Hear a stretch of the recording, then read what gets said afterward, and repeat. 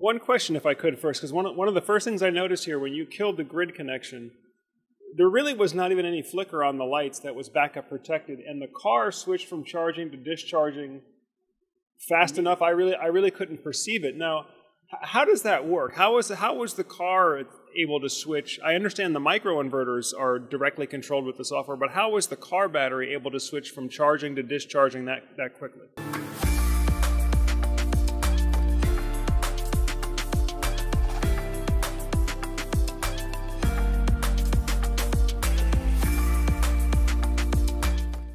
Hi everyone, Joe Ordia here for Solar Surge, and today we're coming to you from Fremont, California, here at Enphase headquarters. And this afternoon I'm joined by Mohammad Alkuran, Senior Director of Systems Engineering at Enphase, and today we're going to be looking at the new prototype Enphase bi-directional EV charger. So Mohammad, good afternoon, thanks for joining us today. Oh, thank you, Joe. It's a pleasure to have you here. We all love the content and videos that you produce, and commend you on that work. So it's a pleasure for us to have you here. Well, thank you, sir. It's really an honor to be invited here as well. This is actually our first time really being invited in the lab. You know, so many of the presentations that I do, I'm doing a slide presentation basically off of a spec sheet or for a website. So to actually be here and to be able to physically lay hands on and get sort of underneath the hood of some of these new products is just a real honor for me, so I appreciate it. And thank you for taking the time to explain to our audience here. So, as you know, this product has gotten tremendous interest. Ever since the first press release came out, where you were featured talking about the Enphase bi-directional EV charger, this is something that the audience has been very interested in, is how can I use my electric vehicle as a home battery? How can I use it as a home backup battery, as a home load shaving battery, or a time of use, be able to take advantage of time of use. And so I'm really excited to understand more about how the battery works. And one of the first things I noticed when we came here to the lab is that it appears that the electric vehicle interface, because if we see here, we've got the electric vehicle charging plug, that the electric vehicle interface, it's basically interfacing through one of the 5P home batteries. So can you explain a little bit, I guess for those maybe who aren't as familiar with the technical architecture, how does the electric vehicle charger work at a high level, and how does it integrate in the rest of the IQ home system? Sure, absolutely. And I did want to start by clarifying that this is not going into a battery. While we use the same mechanical enclosure in this case, and it looks like a 5P battery, the components inside, some of them are like a battery and some of them are not like it.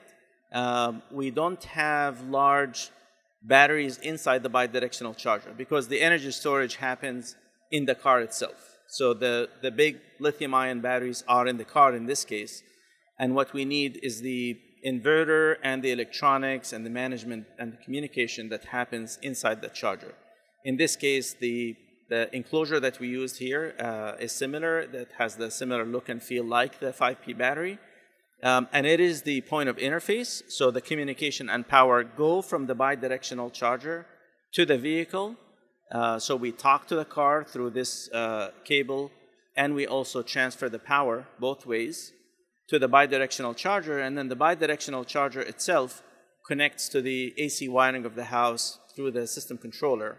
And that gives the ability to produce power back to the house. It gives it the ability to produce backup power. So if you like, I can go over the different parts of the system and how all that works. Yeah, no, I think we definitely would like to take a look at that. I have a couple of high-level questions just first, because I know a lot of folks out there are going to be wondering, first of all, which electric vehicles will allow this operation, and how does the vehicle present itself to the rest of the system? Is it AC power? Is it DC? Is there a certain voltage range that it has to be within? What does it look like? Because I know you mentioned that this cable here is essentially it's the power source and it's the communication to the vehicle. What must the vehicle present to the system in order to be able to operate? Yeah, great question. So there are mainly two protocols that govern that answer. So first of all, let's talk about a protocol called Demo, which existed on a lot of the vehicles like the Nissan Leaf and other brands. A lot of the Japanese car manufacturers, for example, use this protocol. And there are the other protocols like CCS, which evolved into the regular charging, the more common charging that you will see with the AC charging. So first thing to recognize is that there are different protocols depending on the car manufacturers. These two probably dominate among all other ones. And the cable that goes to the vehicle will have power lines that carry the power. Could be AC, it could be DC. In our case here, it's DC power back and forth to the vehicle. And then it also carries separate communication wires that are necessary for communicating the different states of the system, when to start the charge session and when to end it. So the way the car presents itself is by providing a communication interface to the charger. So if you think about the basic charging, which is a unidirectional charger to the car, what we do is that we have communication wires that communicate, a communication circuit that communicates to the car over communication wires, and they negotiate basically how much available power there is and how much power the car needs. And if the car needs power, in the simpler chargers, the charger will provide AC power, and the vehicle will have the charger on board, and it will decide how much power it wants, and it'll charge. So in the level 1 or level 2 charging, that'll be AC charging. You give the AC power to the car, and the car decides how much it wants. Now in the DC charging, like this case, it's a little different in that we communicate with the car, and we say, here's how much power is available. And the car says, okay, I can be charged up to this much DC power, or I can be discharged down to this much DC power, and then the unit that processes the power itself is in the charger here. And that's why these are usually bigger, because they have actually active inverters as opposed to the typical level 2 chargers that people have in their home, which are more or less smart relays that are connecting the power or not. So then the charger here decides, it starts charging or discharging the car, depending on how much power there's in the system, how much PV is available. The decision point becomes the systems to decide how much power goes back and forth to the car over the DC, as opposed to the AC charging, where the car determines how much is charging and discharging. Okay. And it seems like on the Enphase side of the equation here, it can work with either a DC or an AC battery. Is that correct? So the DC is the DC charging and discharging with the car battery. And the way this is designed right now is only working over the DC wires to the car. The regular chargers, which we can talk about in a different discussion, the regular chargers like level 2 chargers will have an AC connection to the car. But this one here, the bi-directional charger, only has a DC connection to the car, and it goes directly to the car battery so that we can either charge it or discharge it back to AC wiring. And then the AC starts from the bi-directional charger back to the rest of the system in this case. And in terms of batteries, there are no batteries in the bi-directional charger. There is a small battery needed for what we call black start, when you have no power at all in the system and the vehicle presents itself. You have to talk to the vehicle first before the vehicle gives you the power. So you need a little bit of energy just to establish the communication, and then after that, the car turns on the big contactor that enables the big battery, makes it available, and then you can tap into that power and start providing power for the home. That makes sense. That makes sense.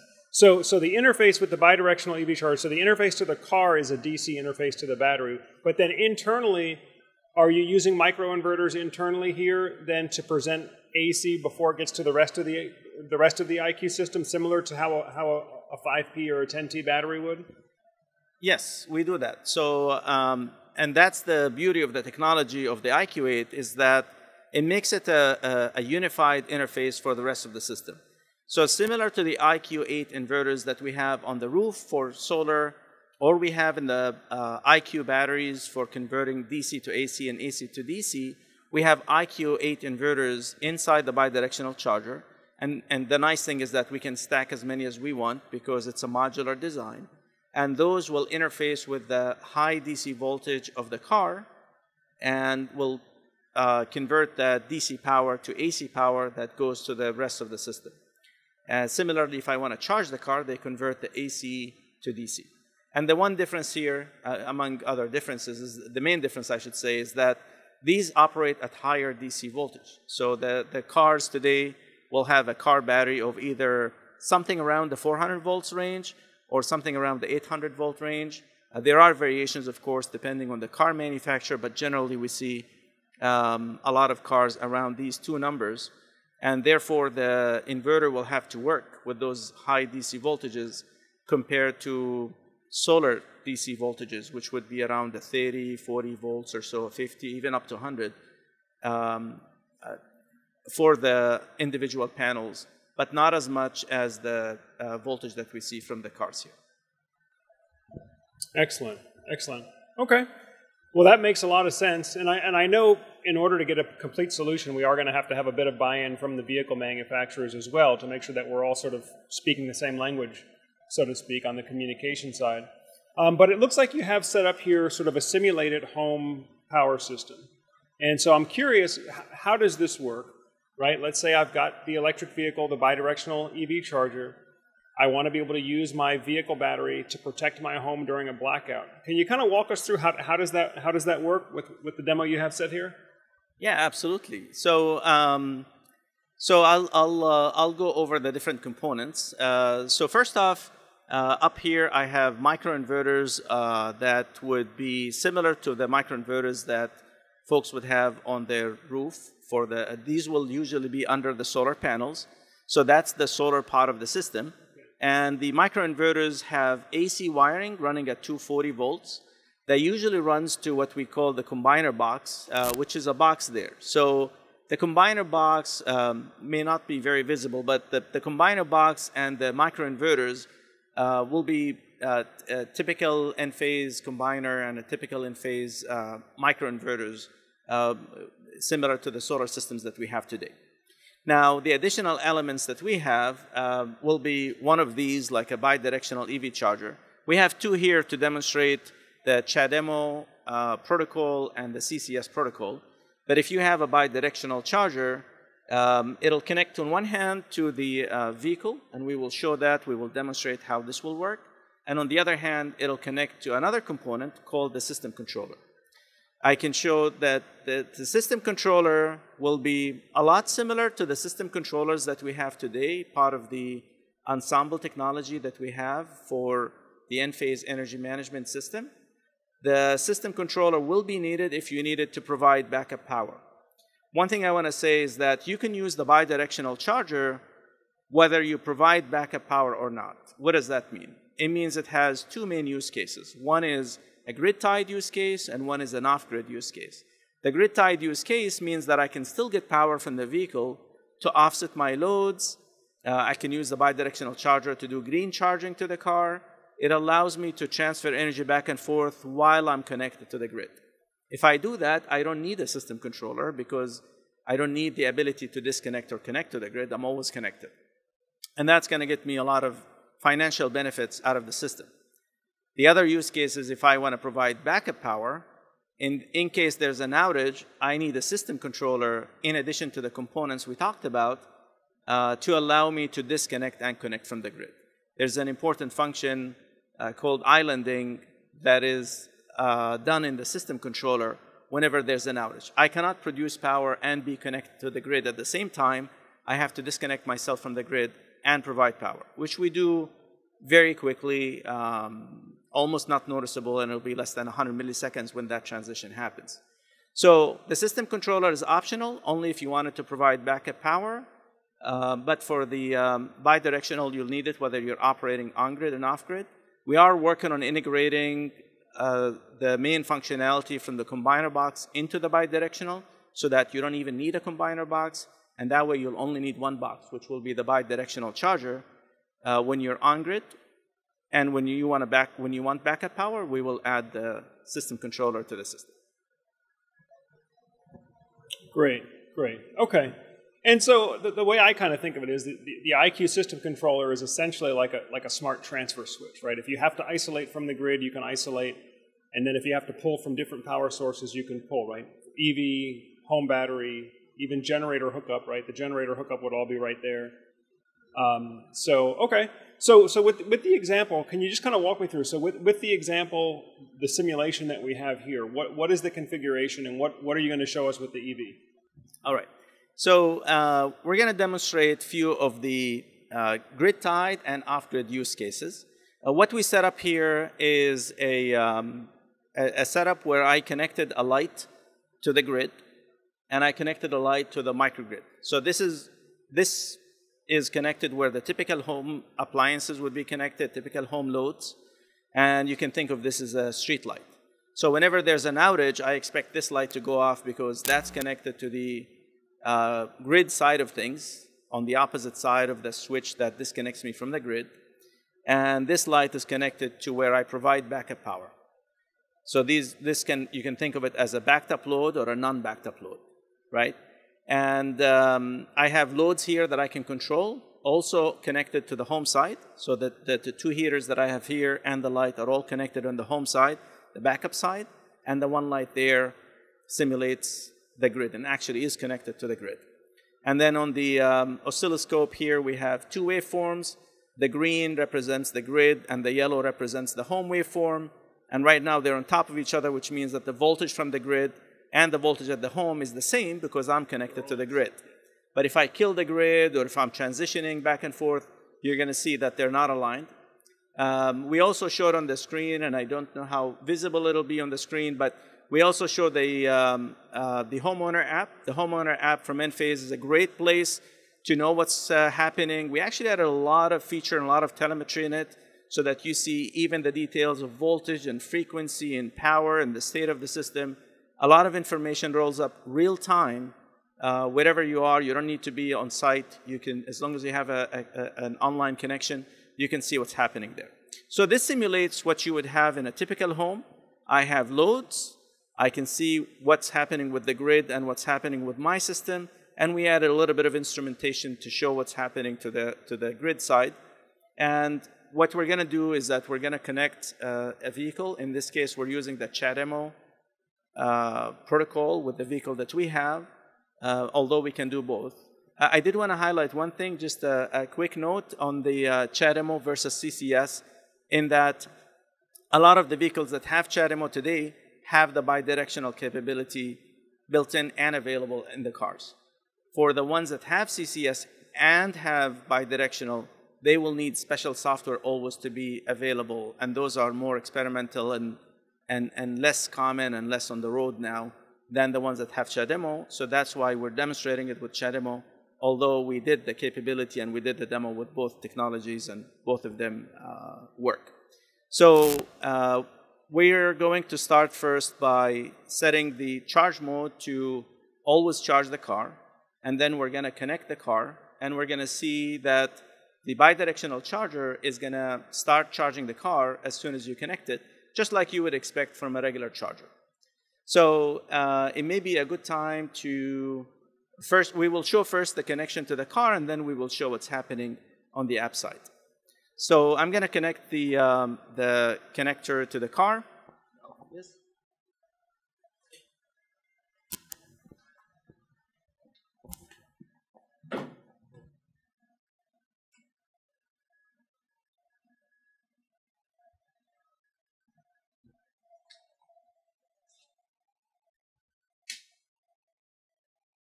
Okay. All right. So here we can see on the app, the first thing that happens is that communication will be established between the system and the car, and the communication goes something like, hey, I have a charging system. The car says, I'm a car. They will check for certain safety measures and isolation and other things, and then the system, in this case, will dictate how much power will be needed. I do need to turn on the system. So that's one thing I forgot. So I will turn on, after I turn on the system, that'll enable the charging. Okay. And now once it fires up, what should we expect to see here on the scope and on the app? Sure. Once the charging happens, we're going to see on the app that power starts flowing to the vehicle.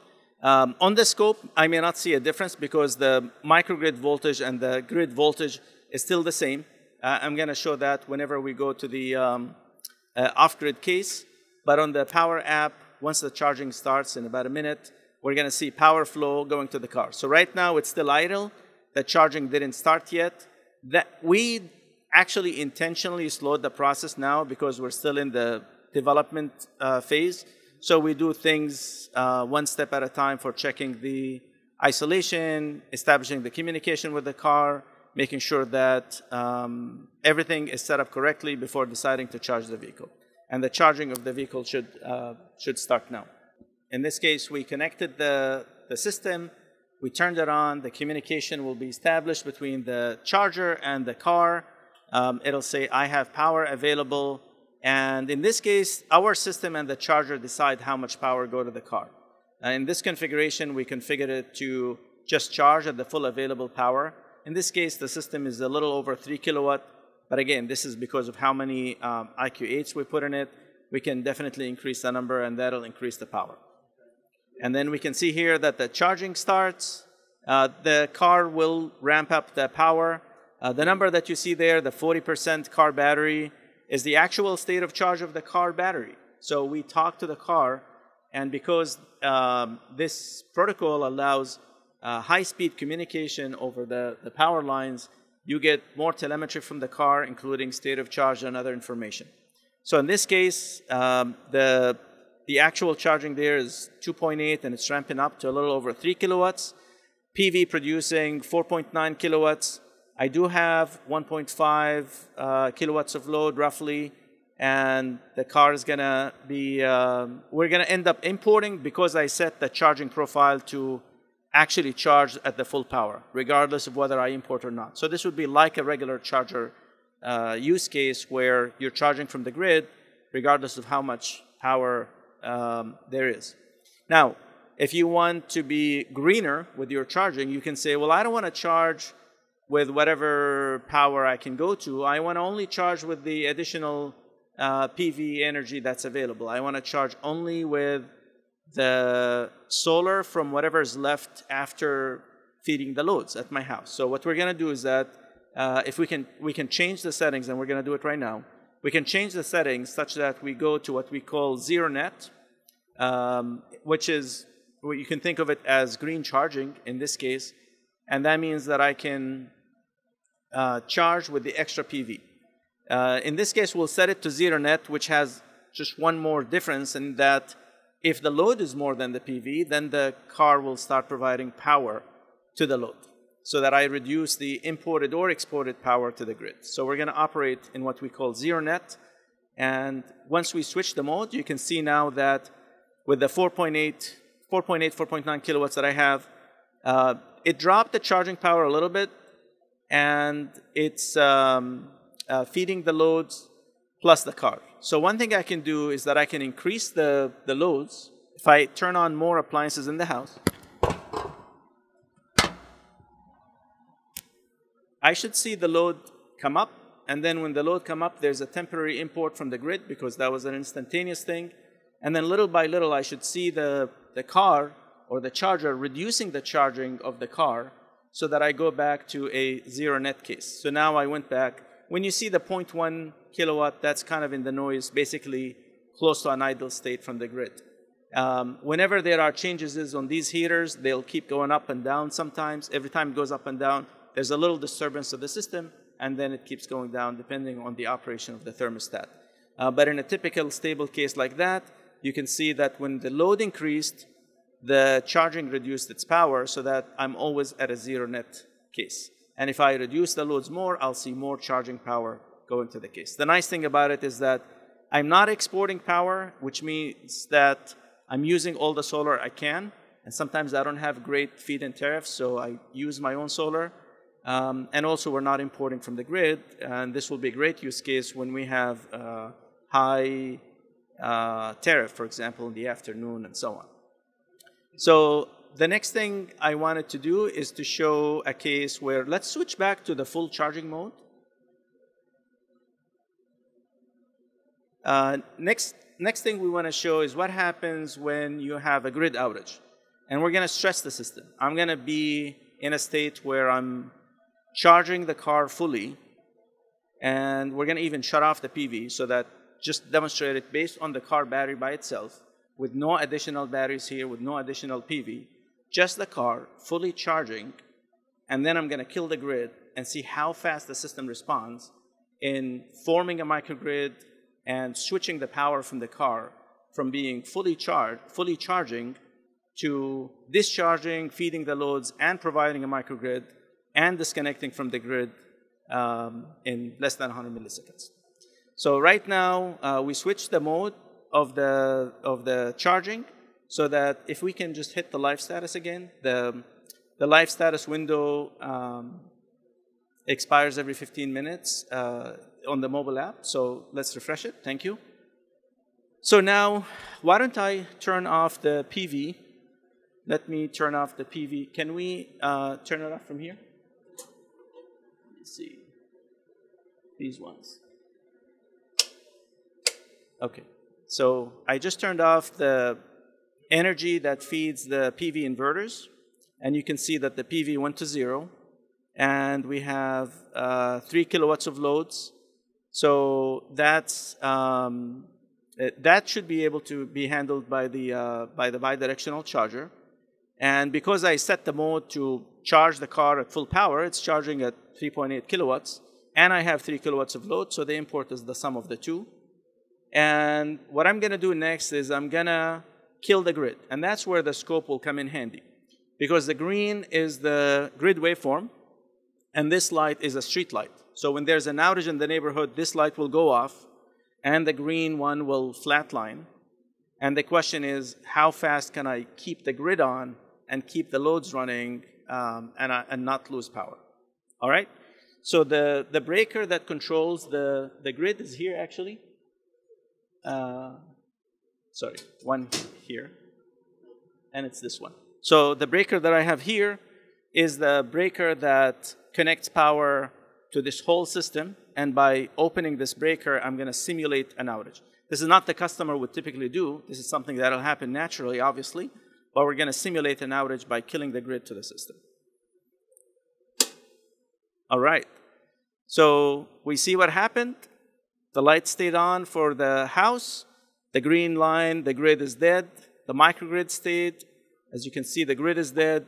And the car power with the bidirectional charger switched instantaneously because of how fast the IQ8 inverters are in keeping the grid. The laptop battery is running low, so we're going to close that window.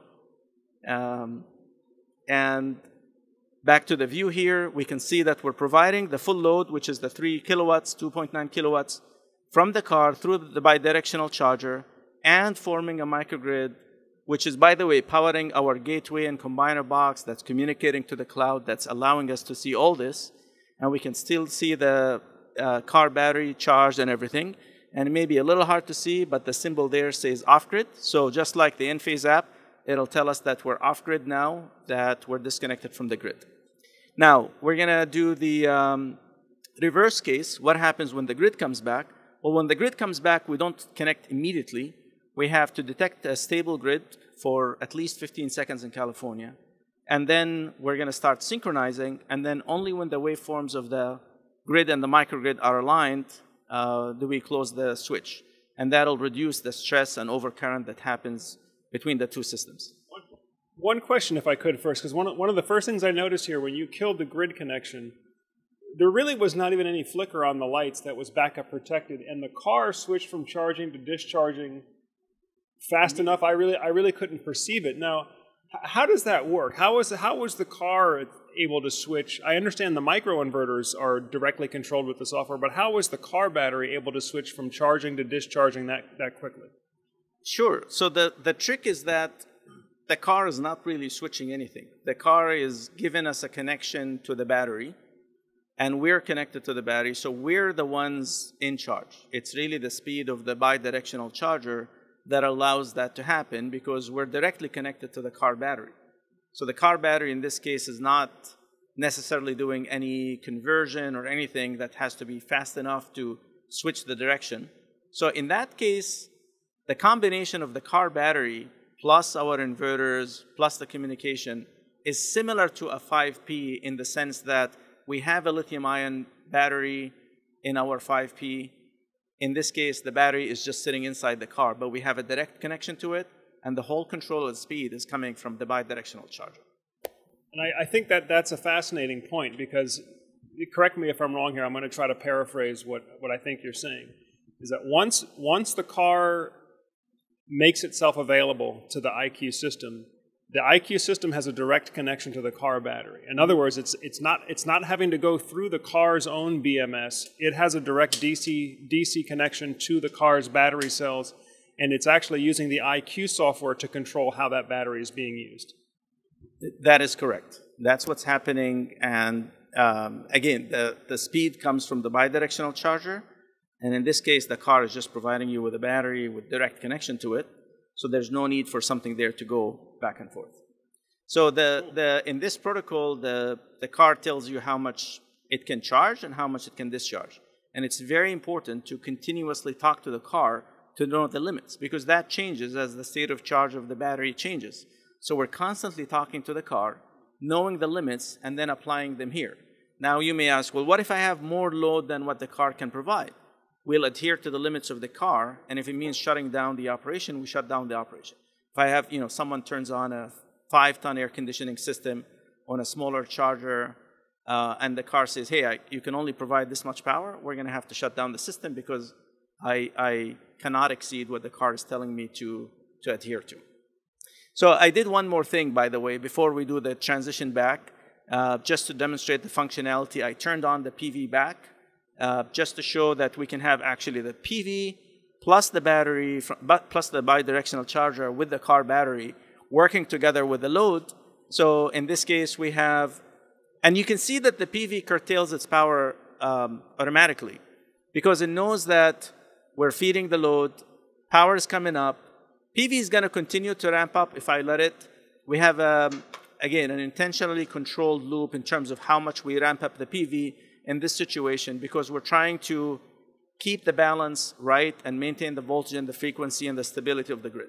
So we'll constantly keep trying to increase the PV, and the car will take on as much as it can or reduce its discharge in another way while feeding the loads and providing a microgrid. So you can see that the PV continues to rise, and the car's discharge power reduced now to about 0.3, and you can see that more and more PV is starting to produce it. Now, if I wait more, it's going to keep going up, but in the interest of time, I wanted to turn on the grid now and see what happens when it comes back. And we can do that with PV on or without the PV. The transition is going to happen anyway because the same IQ8 microinverters that we have in the bi-directional charger are the same ones that we use with PV, so they all think alike and operate alike. So just to explain it, because it'll happen fast, I'm going to turn on the grid. We should see the green waveform come back because that's the grid. And then the system is going to monitor it to see that it's stable for at least 15 seconds. And then over the next minute, it's going to try to change the voltage and frequency of the microgrid to match that of the grid. And we actually intentionally change the frequency to a little bit less than the grid so that the waveforms move relative to each other. If I fix the frequency like the grid and there's a little bit of phase difference, the two waveforms may never cross over a long time. So we change the frequency and voltage to specific set points so that they do cross, and whenever they cross at the right moment, we will hear a click, and that's when we connect back, and then the two waveforms will be back. So turning on the grid, and we see that the street light came back, so the grid is on. The yellow waveform came back, which is the grid. First 15 seconds, we'll be just monitoring to make sure that the grid is stable, and then we'll see that the two waveforms will move. They should sync up, and the MID, which is the microgrid islanding device, should only close and connect the two systems when the waveforms overlap. And it just happened, so you can see that it happened when the two waveforms synchronized. There was a little bit of lag in the display, but now we're connected, And if we look at the app, we will see that we go back to the on-grid state. And once we go back to the on-grid state, now it's a different mode of operation. The system will recalculate all the set points and everything. So for example, if I set the mode to fully charge from the grid, and I went to microgrid, that mode changed completely. But then when the grid is back, the system is going to go back to that old state that says charge at full power from the grid, regardless of what PV that you have or other things that are available. And we're going to see that the charging can go back to that. And if we had zero net, then the system will go back to zero net that was there before. Very cool. Very cool. Well, this kind of reminds me of being back in Double E Lab back in college almost 20 years ago. But I want to just take a moment to explain a little bit to the audience what just happened and what we're talking about here. So when you turn the grid back on, we saw two distinct waveforms, right? They both seemed to have the same amplitude, but they were out of phase, they were out of sync. Once we heard that click, once the IQ controller reconnected to the grid, then we saw those two waveforms sync up. So what we're looking at here, guys, is when you have solar and batteries and the grid all connected working together, what you have is different power sources, but they're all in sync. They're exactly in phase with one another. And that's why when you're running on a grid-tied solar system, you don't have to switch back and forth between grid and solar or battery. Everything works together in sync, and depending on how you program it, will prioritize which power source you draw from first. But as far as the appliances in your home are concerned, they can't tell the difference, whether the power they're getting is from the battery, the grid, the solar microinverters. They don't know because it all looks the same to them. It's all same voltage, same frequency, it's all in sync, and that's how you can seamlessly use multiple power sources without having to switch back and forth. Just wanted to throw that in there because I do get this question from time to time is, well, how does it work? Is it coming from solar or is it coming from the inverter or which? And the appliances really can't tell the difference. You know, once it's synced up, they can't really tell the difference. Correct. And I do want to add something here that's the beauty of an AC coupled system. So AC is alternating current, and that's like the energy that we have at homes, like the 120 volt, 240 volts. That's AC. So we have an AC coupled system. And what that means is that all the resources that I have, be it solar or the batteries or the bi-directional charger, they all connect on an AC bus, which in this case is the center of that is the system controller and the panel for the house. That's part of the AC bus where all the resources connect. And that makes it easy to move the energy around and makes it more resilient. Because what if my bi-directional charger isn't working, but the PV is working? So I'll get energy to the house from PV. What if the batteries are available or the bi-directional? So they all contribute and they all can use the energy if they want to. And the nice thing is that if one inverter is down or one part of the system down, other parts of the system can provide power during that time, keeping the system resilient.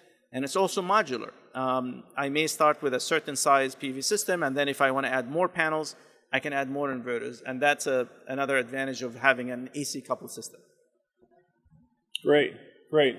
Well, Mohammad, this has really been a great experience here, seeing how the system can move through different operating modes, interfacing with solar, interfacing with the bi-directional EV charger. And you mentioned something to me earlier, too, that the Nissan Leaf actually already has this bi-directional feature active from the factory, whereas I guess some of the other electric vehicles, they're going to need some kind of a software update to activate that. How would that work?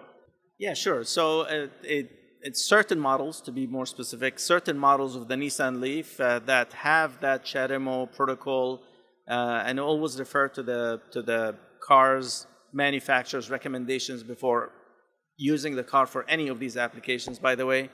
The CHAdeMO cars, a lot of them have that capability built in, ahead of the CCS, if I may add. While with CCS, the default is to be a unidirectional charging car. So a lot of the regular cars that use the regular charger, I should say, a lot of the cars that use the regular charging that we're more familiar with here in the US use what's called CCS, and it's a unidirectional standard.